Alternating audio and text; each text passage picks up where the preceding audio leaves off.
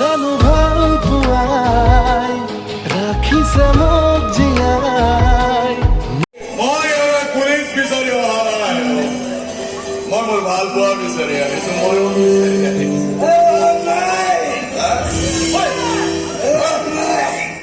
সেইবোৰ বিচাৰি একো লাভ নাই। তই সেইদিনা আমাৰ ঘৰলৈ যোৱাটো নহয় জানো? মোৰ একো মনত নাই।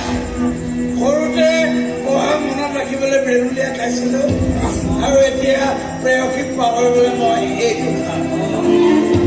সৰুতে বেৰুলীয়াই পঢ়া মনত ৰাখিব পৰা নাছিল, যি হৈছিল মোৰ নিজৰ কাৰণে হৈছিল। এতিয়া এইটো খাই চালা প্ৰেয়সীক পাহৰিব পৰা নাই। আৰু যি হৈছে মোৰ নিজৰ কাৰণে হৈছে। বুজিছো তাৰমানে তোৰ অন্তৰখন বৰ বেয়াকৈ ভাগি গৈছে ন? এই অন্তৰখন চলা ইটা বালিৰে সাজি ল'ব পৰা হলে ভাগি যোৱাৰ পাছত ভাল মিস্ত্ৰী এটা আনি আগতকে মজবুতকে বনাই ল'ব।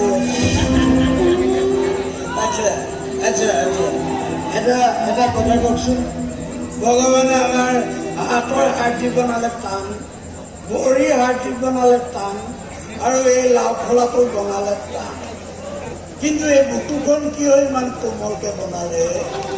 এটা আচলতে পাতি চুটি যায়। এইবিলাক বিচাৰ কৰি ৰাস্তাত কৰি দিতা ইয়াৰ পৰা